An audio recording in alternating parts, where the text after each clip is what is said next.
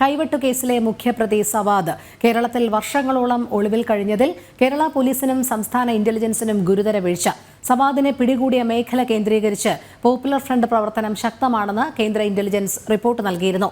ഇതിന്റെ കൂടി അടിസ്ഥാനത്തിലാണ് ദേശീയ അന്വേഷണ ഏജൻസി പ്രദേശത്ത് നിരീക്ഷണം ശക്തമാക്കിയത്. വിവരങ്ങളുമായി ജിജീഷ് കരുണാകരൻ ചേരുന്നു. ജിജീഷ്, കൈവെട്ടു കേസിലെ മുഖ്യപ്രതി സവാദ് ഇത്രയും നാളും ഒളിവിൽ കഴിഞ്ഞത് കേരള പോലീസിന്റെയും കേരള ഇന്റലിജൻസിന്റെയും വീഴ്ചയായി തന്നെ കണക്കാക്കേണ്ടിയിരിക്കുന്നു. വിവരങ്ങൾ.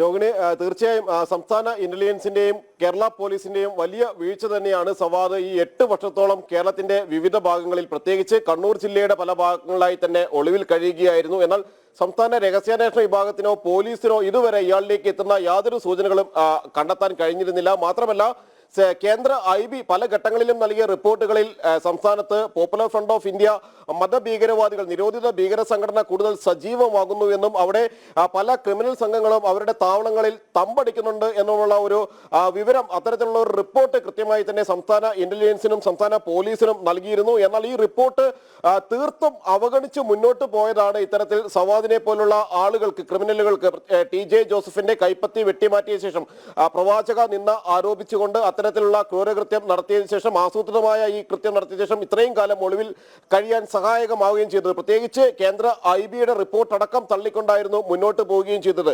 PFIയുടെ ശക്തി കേന്ദ്രമാണ് ഇയാൾ ഒളിവിൽ കഴിഞ്ഞിരുന്ന മട്ടന്നൂരിലെ ഭാഗങ്ങൾ എന്ന് പറയുന്നത്. മാത്രമല്ല, കണ്ണൂർ ജില്ലയുടെ തന്നെ പല ഭാഗങ്ങളിൽ PFIയുടെ ശക്തി കേന്ദ്രങ്ങളിലായിരുന്നു ഈ സവാദ് പല കാലങ്ങളിലും തങ്ങിയത്. എന്നാൽ ഇതിനെ ഗൗരവമായി കണ്ട കേന്ദ്ര IBയുടെ റിപ്പോർട്ടിനെ ഗൗരവമായി കാണുകയും അതനുസരിച്ച് നീങ്ങുകയും ചെയ്തപ്പോഴാണ് ദേശീയ അന്വേഷണ ഏജൻസിക്ക് സവാദിനെ പിടികൂടാൻ കഴിഞ്ഞത്. കാരണം മലബാർ മേഖലയിൽ വടക്കൻ ജില്ലകളിൽ ഒരിടത്ത് ഇയാൾ ഒളിവിൽ കഴിയുന്നതായ ചില സൂചനകൾ ലഭിച്ചു. അങ്ങനെ സവാദിലേക്ക് എത്തുന്ന അന്വേഷണം ആരംഭിച്ചു. ആദ്യഘട്ടത്തിൽ ഷാജഹാൻ എന്ന പേരിലാണ് ഇയാൾ കഴിഞ്ഞിരുന്നത് എന്നതുകൊണ്ട് തന്നെ സംശയങ്ങൾ ഉണ്ടായിരുന്നു. പെട്ടെന്ന് സവാദിലേക്ക് അന്വേഷണം എത്താൻ കഴിഞ്ഞില്ല. എന്നാൽ കൃത്യമായി തന്നെ വളരെ ശക്തമായി ദേശീയ അന്വേഷണ ഏജൻസി അവിടെ നീങ്ങി.